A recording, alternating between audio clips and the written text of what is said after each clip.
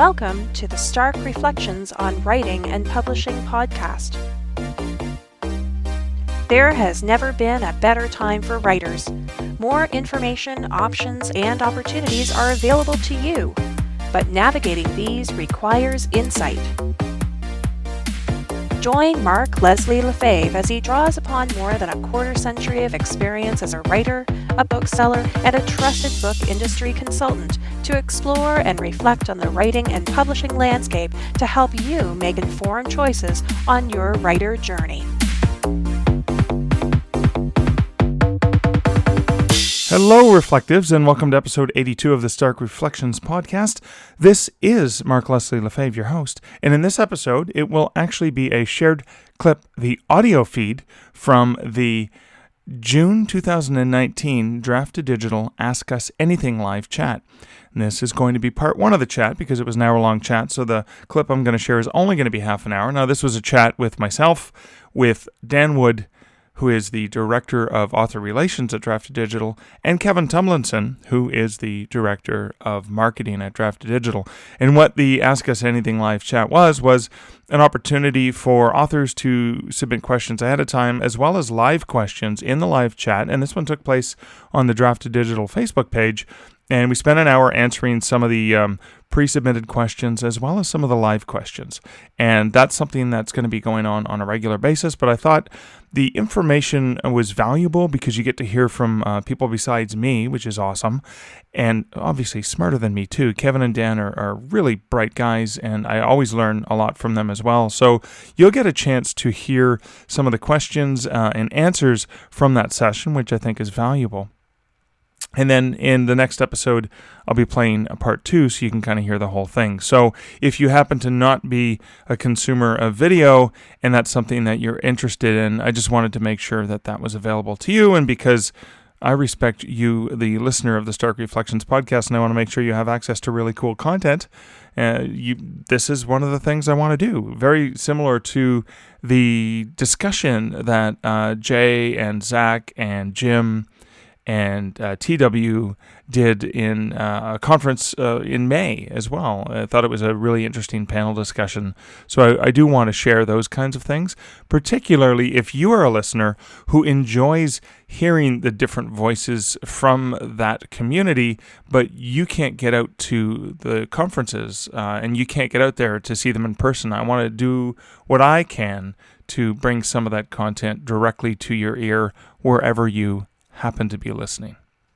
In terms of a quick personal update, I wanted to let anyone know who was sitting on the edge of their seat wondering if I actually ever finished that Michael Andrews Canadian Werewolf in New York short story that I'd been working on frantically for forever, it seems, for the last several weeks. And I had been able to continue to budget about an hour to 2 hours in the morning most days to get it done. I actually finished the story earlier this week, and it clocked in at over 22,000 words. Yes, a short story that I thought maybe 8,000 words, 10,000 words maximum. And I sent it in to the editors of the Monster Road Trip Anthology. And jokingly, one of the editors responded to me saying, "We knew it was going to be about 20,000 words just from what you were telling us it was going to be."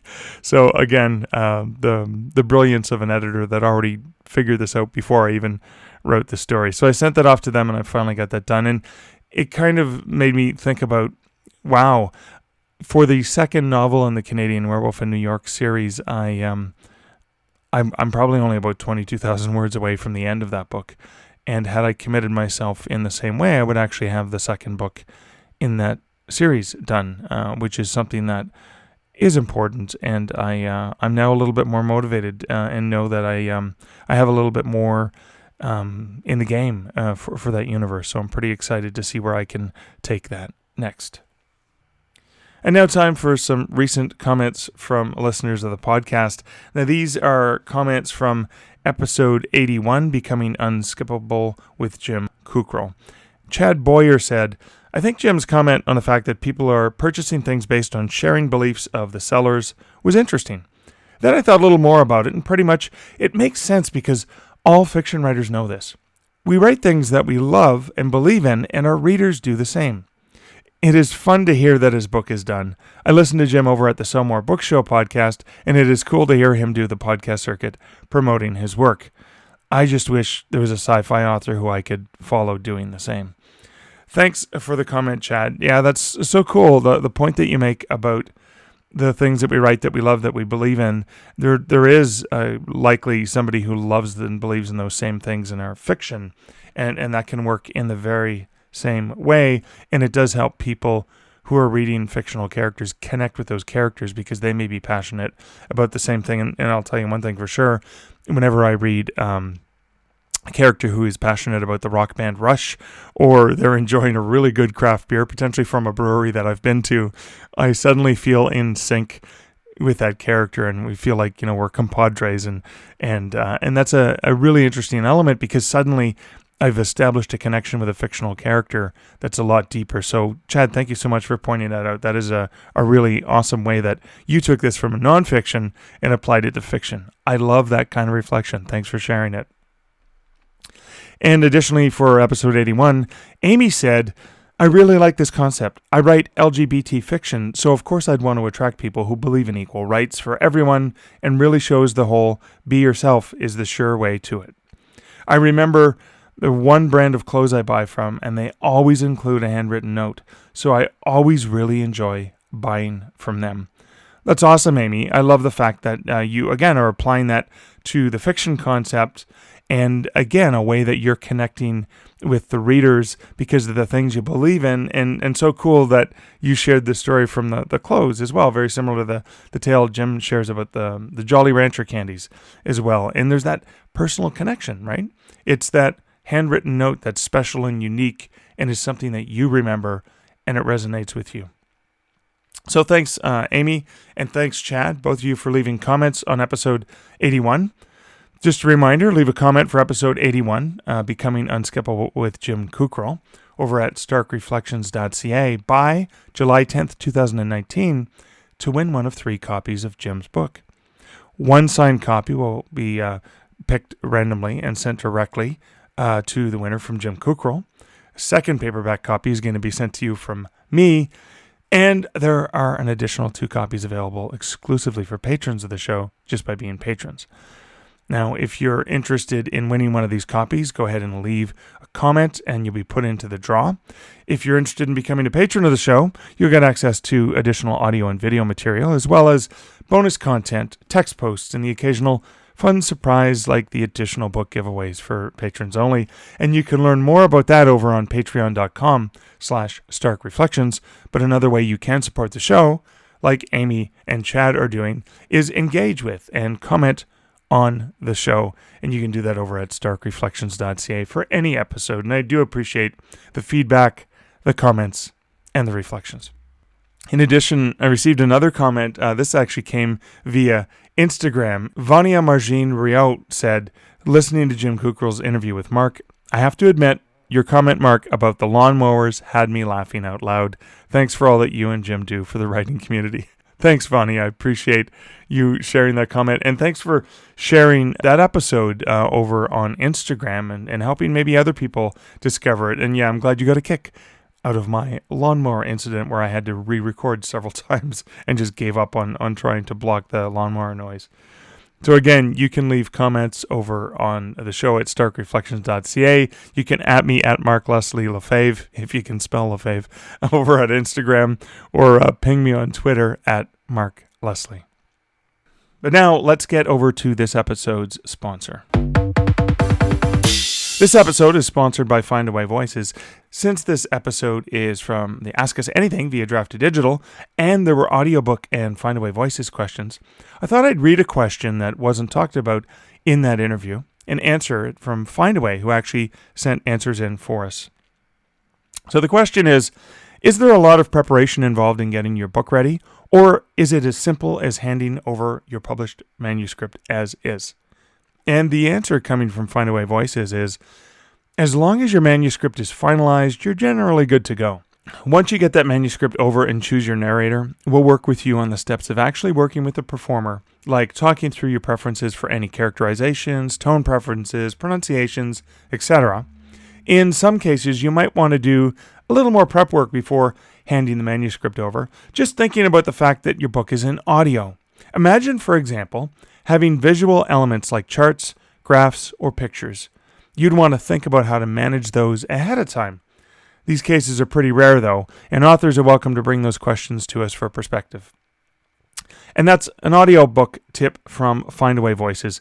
If you want to learn more about how you can take advantage of the way Findaway puts the power back into your hands as the author when it comes to creating and distributing audiobooks, you can check them out over at starkreflections.ca/Findaway. Well, that's it for the introductory matter. Let's get right into this conversation on the Draft2Digital Ask Us Anything with Dan Wood, Kevin Tumlinson, and me. We are live. Welcome to the June 2019 Draft2Digital Ask Us Anything. This is going to be an hour-long program. It's going to be a combination of questions you guys sent in advance, as well as questions that come from the comments on the Draft2Digital Facebook page. But before we get into that, I want to basically talk about who are these three handsome men who are hanging out together here. Dan, why don't we start with you? Hey, Dan Wood. I am the Director of Author Relations at Draft2Digital. Excellent. And who's the good-looking guy above you on the screen there? I am Kevin Tumlinson. I'm the Director of Marketing at Draft2Digital, among other things. So excellent. And my name is Mark Lefebvre, and I am the Director of Business Development. And we're going to be taking some questions. We also have our good pal, Alyssa, who is hanging out in the back end in the wings, pulling some of the strings and helping us manage some of this stuff. So we're going to say, hey, Alyssa, thanks for hanging out with us here too. And hopefully we'll be able to convince her to come into the room with us and answer some of your questions in a future one. But right now, I just want to give you a bit of an overview of the format. So as we mentioned, we had some of the people who pre-registered for this had submitted some questions, some amazing questions. We had about 500 different questions come in. We're obviously not going to be able to answer them all. There were some questions that were very specific and technical. So you'll be hearing from the Draft2Digital customer care team, if you haven't already, about an issue you might have been having or whatever. There were some feature requests that have gone into our feature request channel. We'll probably send you a note saying thanks for that. And then we tried to, because some of the questions overlapped, we tried to come up with a summary and say, well, these 5 people ask this kind of question. So we're going to go back and forth between some of those sent questions, as well as some of your live questions to keep you guys engaged. So hopefully that gives you guys a bit of an idea of what's going to happen. But before we do anything else, I'm going to pop up the very first question that came in. And this was a question that actually came in from Dale. Thanks, Dale. The question is for Dan. I'm actually directing the question at Dan. What is the biggest missed opportunity on Draft2Digital for most indie authors already using the platform? I think there are 3 things that I see people not using quite enough. The first one, I think Mark will agree with me about this one, because we both are huge advocates of using territorial pricing. You can set your price in all the other currencies however you want. When you have sales, you want to run the sale in that currency as well. So the book market is so much bigger than just the US. And so we encourage you to look at the territorial pricing. Some of the markets can handle a higher price than others. And so I would look into that. It's something that I think is just a really cool tool we offer. The second one is pre-orders. We always harp on pre-orders, but it's such a powerful tool, and so many of our retailers use it for merchandising choices.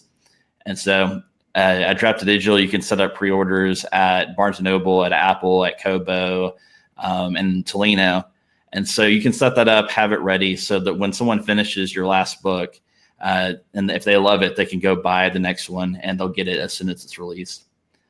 The final thing I would say is our in-matter tool. I think it's one of the coolest things we've built. For anywhere that we're distributing your book, we can make a list at the end of your book of all your other books and include retailer-specific links at each retailer. And so the Barnes & Noble version has Barnes & Noble links. Apple has Apple links. Will save you so much time. When you add a new book, we'll go and update all the old books. I mean, hours and hours of time you could be saving. Cool. That's fantastic. Thanks so much, Dan. And so just a reminder to folks who are watching this live, if a question comes up that you want to ask, like maybe it's a follow-up to something really cool that Dan or Kevin just said, go ahead and put that in the comments. Alyssa's keeping an eye out that. She's going to poke us so that we can get that popped up on the screen. But before we look at those, I'm going to jump over to ask the next question that came in. And this is a question that came in from George. And this one's going to be going towards Kevin. So the question is, I understand the ebook will go out to places checked on the next page. And this is, I think, when he's setting up the book to be published. He says, but how do I check on the results, I guess, probably of where this is published? So on the author dashboard, once you've kind of gone through the process, and someone's going to have to remind me what this page is now called, but there's a page that actually shows you the ebook, the print. It's like a little dashboard in itself. You can show a few of your like all the distribution, everywhere everything's going, what's in what stages. It's at kind of the end of that little process on draftdigital.com when you log into your author dashboard. That's where you can get that. And you can also see that as soon as you log in and click on the My Books page, you get some little icons on the right-hand side by each title that tell you what stage a book is in. I hope that answered that question. Sounds like you did answer that question. That's really, really cool. Okay. So there's a couple of different ways to do that, in other words. Yeah, I mean, and I think that's one of the joys is that there are always more than one way of doing something on Draft2Digital, I guess. Yeah. For some of the functionality. Okay, cool. Always. All We'd like righty. to give you lots of different ways. All righty. So I'm going to pop up the next question. This is one that Angie asked, and it's one that I am slated to answer. So in addition to universal links, what's the benefit of using Draft2Digital to list all our books? Great question, Angie. I think so. Well before I started working Draft2Digital, I used the Draft2Digital book links for a couple things that I thought was beneficial. Well, when it's automatically created, you get a really ugly GUID, like a combination of letters and numbers. So it's books2read.com/ it sounds like the way you might spell out a belch or something like that. And that's just the systematic computer way of creating a unique identifier. But what you can do is you can customize that identifier and make it what I call a vanity URL, or you can make it a URL that's customized to something specific. So, for example, because I'm traditionally published, I use it for both my traditionally published books and my self-published books. You don't actually have to have published a book through Draft2Digital in order to use that. So every single one of my books that's been published has the actual name of it. So, for example, if I'm talking about one of the most recent books that I co-wrote with Shana Krishnasamy called Macabre Montreal, and I'm on a radio program talking about it, I can say, well, you can get it at any retailer. Just go to books2read.com/Macabre Montreal, or if I'm talking about one of my thrillers, I can say go to books2read.com/Evasion. So that's one of the benefits. The other benefit would be the fact that you can actually see where people are clicking on. You see right now it's currently showing you the top 3 places where customers are clicking. So you can kind of get a measure for, well, when people are coming to this page, where are they clicking? And I do know that we have plans in the works to expand that. We have more data, and I know the 3 of us are really excited about helping authors get even more data on the behavior and what's going on. So I know analytics are really, really important for authors. So for me, as an author myself, that's kind of something that's really, really important. Definitely. I kind of read that question a little bit differently, though. I think he was looking for other things in addition to the universal book links that are like reasons to use D2D. Yeah, please hit us with that. I think one of the things we do great is we make tools that save you a lot of time. And so there's a lot of the distributors where you can go direct, and we try to make that easy because all of our distribution is opt-in. So you choose where you want to go with this. But it's so easy to just come to our website, upload it everywhere. You just upload one manuscript and you can choose all the places you want it to go to. And then if you make a change to your description, if you change a price, we'll change it everywhere at once for you. And so it's just hours and hours of time saving, and Apple will accept it and won't reject it or something, because Apple's kind of particular. So, and part of that whole update everywhere thing is we'll update the metadata for that book. So things like your also by page, which is all the books that are also by you, we can update that for you on all of your books automatically. So that helps with keeping everything current. So if people pick up something from your back catalog, they can see that you have X number of books and a new book just came out, this month or something. Excellent, excellent. And I thought I would just pop up this comment from Allison, who said, "I love having the custom links with the book name instead of the computer-generated link." And yeah, I agree with you on that, Allison. That's really, really cool. I like all the computer-generated characters. It makes me feel official. Yeah, By the way, yeah. we do have a question. Alyssa has popped a question into Slack that we might want to.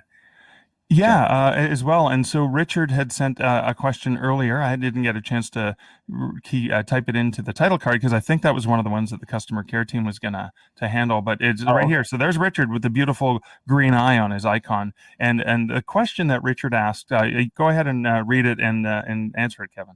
Sure. Let me find it. Why does it take so? Maybe this was a question we were going to ask. Or let someone else answer, but let's answer it on air. Why does it take so long to receive payment for royalties?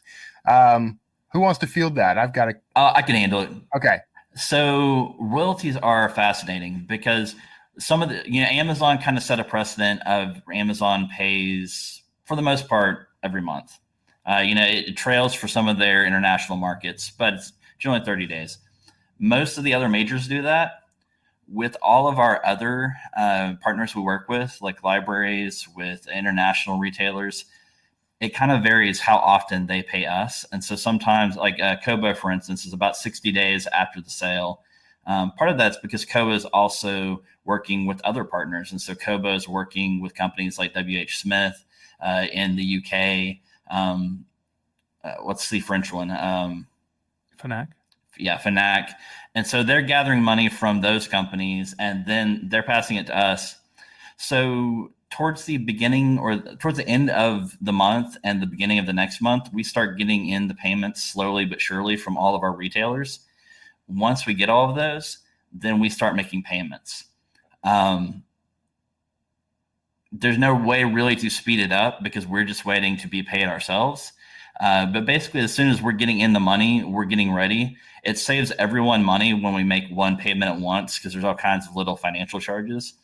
I will give you like this little hint. If you're using PayPal as your payment method, they are by far the slowest because once we get paid, we didn't have to transfer money over to PayPal and they take some time to process it. I mean, it can be 1 to 3 days sometimes. And so I highly recommend if you have another option that would work for you, we do direct deposit, we do international direct deposit, Payoneer. All of those other electronic means are faster than PayPal. And so that's one way to kind of speed up how often you're getting paid.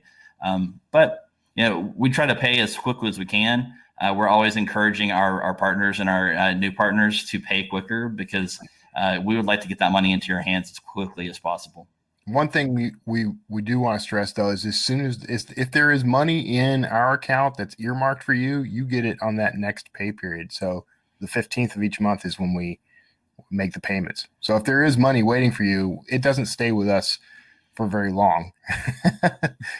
So. Okay, cool. That is great. I noticed there was another question in here, and I'm just going to pop it up. So it's Lexi Rourke, who looks suspiciously like my friend Julie Strauss.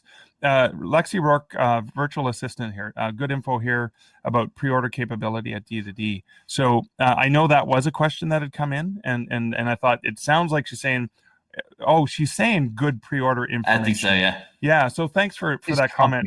I thought she was asking about strategies for pre-orders, but I'm going to go off that. Included a compliment in our compliment. I threw in a questions. comment. Thank you for that, Lexi. But one thing that we didn't mention about pre-orders. Yeah. None of the other retailers other than Amazon, are going to punish you if you need to move your day a little bit. And so that's another good tip. With all of our partners, if you want to move a pre-order back because the book's taking a little bit longer than you thought, or if you want to, you finished it early and you want to go ahead and get it out to your readers a little bit earlier, all of our partners will let you move that date around. And so it's really nice to have that. Hey, I want to say real quick hello to our beard buddy, Michael Bunker, who popped in just to you mean Michael Bunker right here? Is this so? Michael, he says he doesn't have a question, but boy, do Dan and Kevin look really, really good, is what he said. Because he said gentlemen, which probably excludes me. All us beards got to run together. I thought I was going to have the best beard in this chat, but Bunker shows up. Bunker shows up, ruins everything. Okay, I just saw another live question come up, so I'm going to bring that up. This is a question from, I hope I'm Irie Rees, and Irie says, I'm planning to use my own ISBNs for all outlets. Bought in the UK, that's an expensive option, but is it worth the outlay? ISBNs are kind of a tricky thing. It's controversial. Yeah. So our position on ISBNs is one that is not shared by everybody, but for the most part, for an ebook, an ISBN is really kind of pointless. Every retailer out there has their own inventory system. They're going to assign their own version of an ISBN. Amazon's is AISN. I think EISN is Nook. I don't remember, but it doesn't really matter because they're all essentially the same idea. They're just inventory control systems. If you're talking about print, that's a whole other thing. But if you're distributing through us, we'll give you free ISBNs. So the only thing that people kind of hang up on is if we give you an ISBN, it lists Draft2Digital as the publisher. But nobody ever goes, look, that doesn't mean anything. Honestly, it doesn't. We don't own anything. We're not trying to control your book in any way.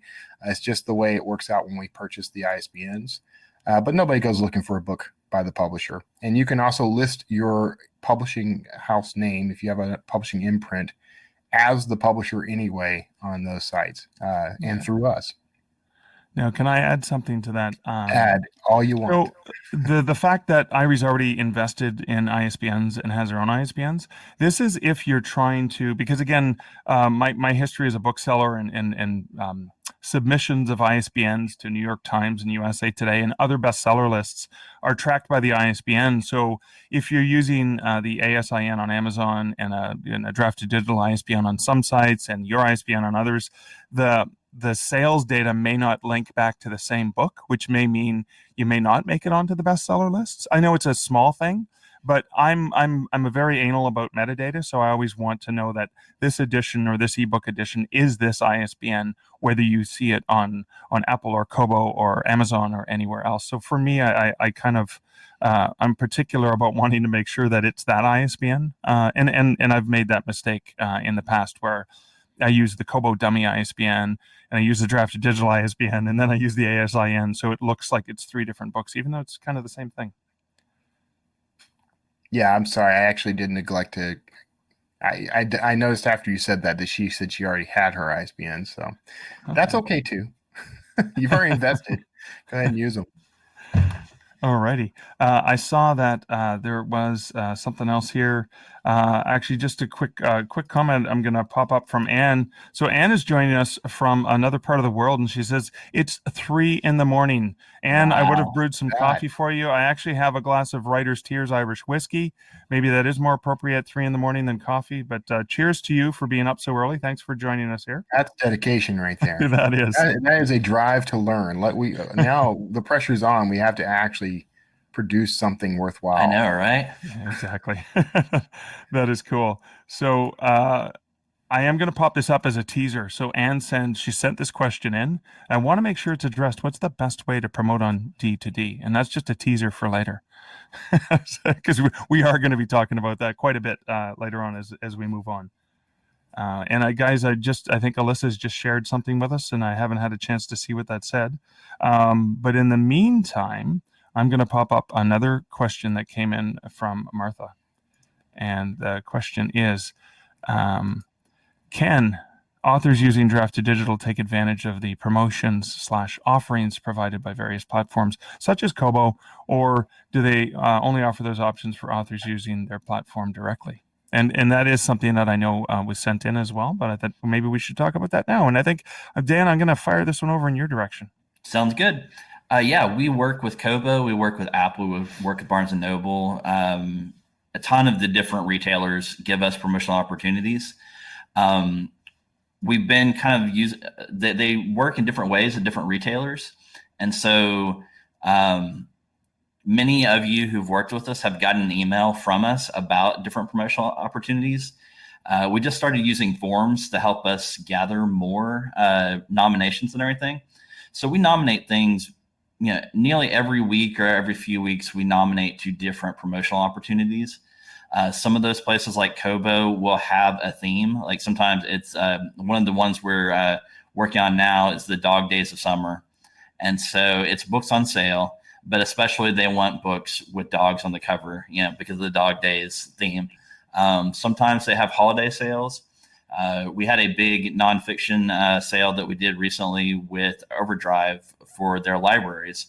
And so what we do is we go through and we kind of look through all of our users that have books that are live at that retailer. And we take like the top 100 who've done sales, top 500. We send out emails about them. We are working to eventually kind of incorporate those promotions onto our dashboard. And so you can see what all is available out there.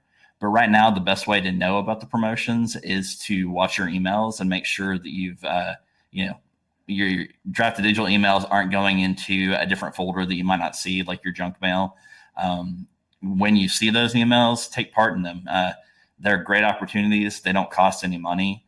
And so it's just another opportunity to promote your book a little bit more. Okay. Now, speaking of promotions, I'm just going to jump back to a question that was submitted ahead of time. And this came in from Cindy, and it basically was, how do you make books to read work for me? Beyond a link on my website, what more should I be doing using those free tools, basically? And I think I was probably, you guys put my name beside that one. So I think one of the things that I often see with authors is oftentimes they'll mention their book is on Amazon, and I get it because Amazon is the world's biggest bookstore, but also making sure that when you use the books to read link that you say this is a link to every single retailer. Actually, for that matter, even if you are exclusive to Amazon, Amazon has 8 different websites in all these different zones. So they have the .com and the .ca and the .de and the UK, et cetera, et cetera. And so even if you're only on Amazon, that actually helps people around the world, like outside of the US, for example, go to the right site where they can actually purchase the books. And I know people can purchase books from Amazon.com, so that's useful. The other thing that I would suggest look into, and this is something we're really excited about doing more, is on or via Books to Read, you have the free author page, and Kevin talked about that. But you can do more with that and custom carousels. So it's kind of like you can build your own merchandising of books that you want. Maybe it's favorite books or cross promotion, saying, so if you like, Game of Thrones, you might like my fantasy novels as well, and you can kind of mix and match. And there will probably be more cross promotion discoverability opportunities coming up as we continue to add more enhancements to that. Anything else, gentlemen, that I'm missing? Yeah, we actually have three products, call them products, built around our universal book links. And we've kind of discussed what UBLs are, right? Or not? Yeah. Okay. So the 3 things that we've got built around that, we've mentioned author pages and the book pages that that are kind of linked together. We've also got the reading lists that you can build. And one of the advantages of all those, by the way, is if you have affiliate links or affiliate codes from some of the retailers like Amazon, Apple, Kobo, even Smashwords, you can embed those affiliate links in the universal book links, and then all those products we offer will have that embedded. So if you create a reading list of books, let's say that you create a reading list of your book plus books that are similar, right? And you're pushing this out to your mailing list, and you get the people on that maybe to push it out to their mailing lists. It works for a nice cross promotion, but then you can get affiliate dollars for when people click through and buy books on those pages. So just a little fun extra cash. That's cool. I kind of like that fun extra cash. I do too. Going to go back to, so Richard said, if you answered this, sorry about that, but he says, so is there a global dashboard for sales across all platforms? So for example, there's different charts where I can look at, Apple sales and Nook sales and Kobo sales, for example. But if my books are on several platforms, is there some sort of pre-built chart or graph that shows all your sales on a single screen? Yes. If you go to Draft2Digital and log in, you can click on My Reports. And over on the left-hand side of that page, there are charts there, and you can see all of your sales and break them down by sales channel, by book, lots of options there. So that's where you can kind of see everything in one place. Okay, cool. All right. Thank you. Now, Irie has a question that sort of ties into one that I was just about to pop up. So I'll pop hers up first. And it's about a large catalog, working hard on them. I'm not sure whether to use Vellum since they're picture textbooks for juniors. Can I shout for help if need be? So this is a question about, and obviously Vellum are friends of ours. Any comments on using that for getting your books published? For picture books? Was Yeah. that the question? Yeah, I would use Vellum. Well, okay, you can use Vellum, and if you happen to have access to Adobe InDesign and know how to use it, or you can hire someone to use it, that might end up giving you the best options for layout. But Vellum handles that stuff pretty well. I don't know that our automated layout handles picture books very well, but we can help with that if it's something you want to do. So, It does not. it's not great. It's really aimed at genre fiction. It can work with nonfiction, but there's stuff that has like, say you have a lot of footnotes or endnotes. That's where you might want to use Vellum or talk to like a professional formatter. Mm-hmm. Picture books are interesting. Like picture books did not make the same digital transformation because they add in a couple of different little other parts where pictures are bigger, so the file sizes are bigger. Some of the platforms like Amazon are going to charge you for delivery costs, and so sometimes picture books can end up not netting you very much money for digital. There are special considerations for it. There's a lot of groups where people are being successful with picture books, but there's kind of ins and outs that you're going to want to look into. I would say in this case, our automated we have a free formatting tool, probably not the best for doing it with picture books. Vellum might be a good one to work with, but a lot of people are using things like Adobe InDesign. Okay. Thanks, Dan. And that kind of leads to sort of one of the other questions related to conversion. And I believe this question is probably related to our conversion tool. So the question's kind of, you're using a Word document. So the conversion of books, and this was asked by, John and Jeff and Camilio and other folks asked questions along this line.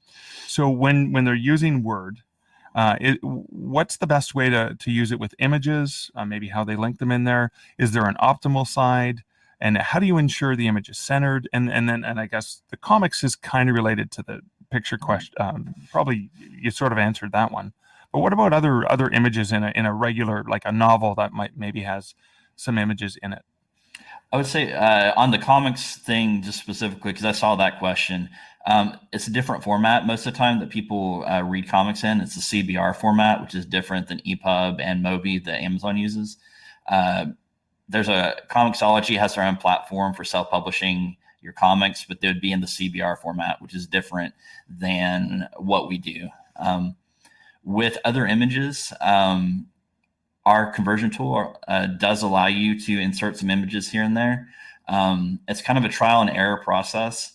Again, like we mentioned on that last question, it's not, if you have a lot of images, it's probably not going to be the best thing for you. But you can put those images in and just kind of play around with it. Since our converter, generally is done within a few seconds, you can kind of change your Word document, see how it looks, upload it, see how we converted it. For very specific questions, because it's very different, like depending on the size of image, the dimensions, if it's a real wide image or if it's a real thin image, I would recommend contacting our customer support. Our operations team has seen a lot of different things, and so they're going to be the best to help you. And unfortunately, there's not like one size fits all answer to this question in particular.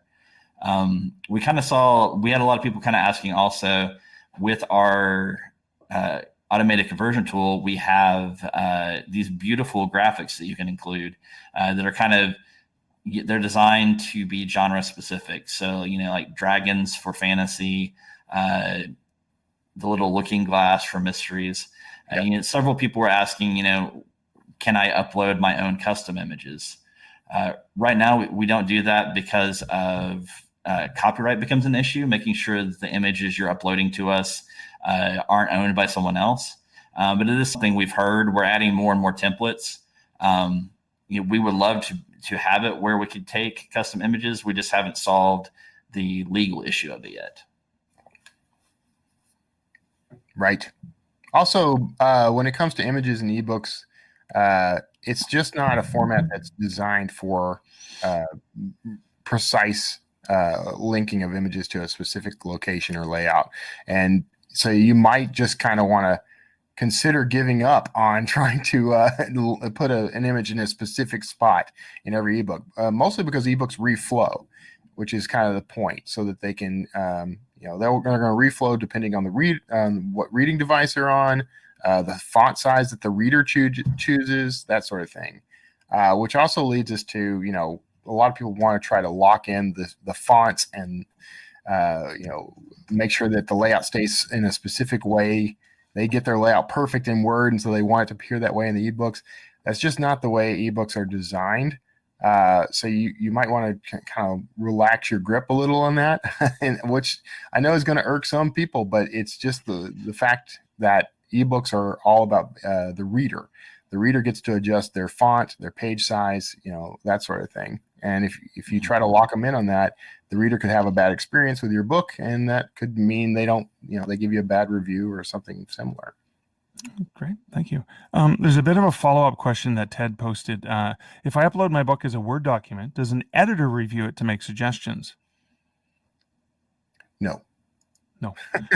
No, we don't provide any sort of editing services. We do kind of check the content of the book to make sure it fits guidelines for some of the rules that our vendors have as far as content goes. Those are mostly automated scans with some human eyes that come along afterward, but that's pretty much all. We don't actually read it for quality or doing quality checks or edit checks or anything like that. So you're going to want to find a good editor to help you out with that stuff before you upload your manuscript.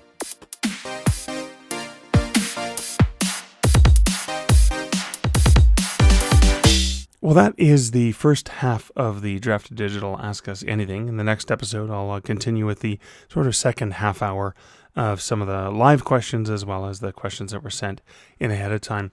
And one of the things I want to reflect on about having done this, because we just finished this a few hours ago, and it was a live session, and we did our best to kind of scan through the hundreds of questions and try to make sure we were answering as many different types of questions as possible. So, we answered stuff about conversion and links, Draft2Digital, and there were so many more questions to get to. And even at the end of the episode, we didn't get to the end of them because there's always new questions. There's always different takes on similar questions. And the challenge there was, we knew it was only an hour, and we could have done 8 hours of conversation. And so the challenge is trying to make sure that we're bringing value to as many people as possible. So, some of the questions are very basic questions, and some of the other questions are complicated questions. And so that's always the trick. So the thing that I learned from this, even as a writer, is,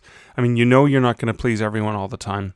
So and this comes back to sort of the comments, I think that, Chad and Amy mentioned related, going back to Jim, is just, do the best that you can and focus on the things that you can. And in this particular case, because there's so many questions to get to, is rather than rushing and trying to speed through and just fire hose people with a bazillion things and say, okay, here's the question, and we're only going to give you a 5-second answer or 10-second answer because we have so many questions to do, is we did our best to be thorough and sort of discuss the questions. You may even have noticed that I misinterpreted a question, and I read it, and I guess when I saw the books to read, I went off on a books to read tangent, and Dan said, no, actually, I think this is the question. So even when questions come up, sometimes the person answering the question doesn't necessarily hear the question the way you intended it to. They heard it based on some other interpretation. So obviously I misinterpreted that. And so I went off on this whole thing about books to read and how cool it is and all the different ways you can use it. And then Dan brought it right back to what the person had actually wanted. So I think the benefit in that is that sometimes even asking the same question can get you different results depending on the interpretation that the person who hears the question has, or even maybe something they're thinking about. Maybe I was thinking about books to read a lot, and suddenly, or maybe I was already skipping ahead and trying to figure out what next question to pop up, and I saw the books to read question and confused myself. So even asking the same question can be valuable because it may change depending on the perspective of the person who's answering it, but it might even change over time in terms of what's effective. Amazon ads and Facebook ads and are free first in series things effective, and are those the kinds of things that are working today? Even if they worked really, really well a year ago or 6 months ago, they may not necessarily work. So it is really, really good to go through the questions again, because even having been in the business for a while, and I know Dan and Kevin work with a lot of authors as well, and doing this for a long time, we're continuing to learn. And so even just going through those questions is a valuable exercise for us. I hope that hearing the questions and answers and the dialogue was valuable for you. Thanks for joining me here in episode 82 of the Stark Reflections podcast. If you think this is a podcast that would be valuable for others, feel free to share it with a friend. But that's it for me. That's it for episode 82. Thanks for listening, and we'll catch you in episode 83 very soon. Until then, here's wishing you great writing and good Stark Reflections. Thank you for listening to the Stark Reflections podcast. You can find show notes for each episode at starkreflections.ca.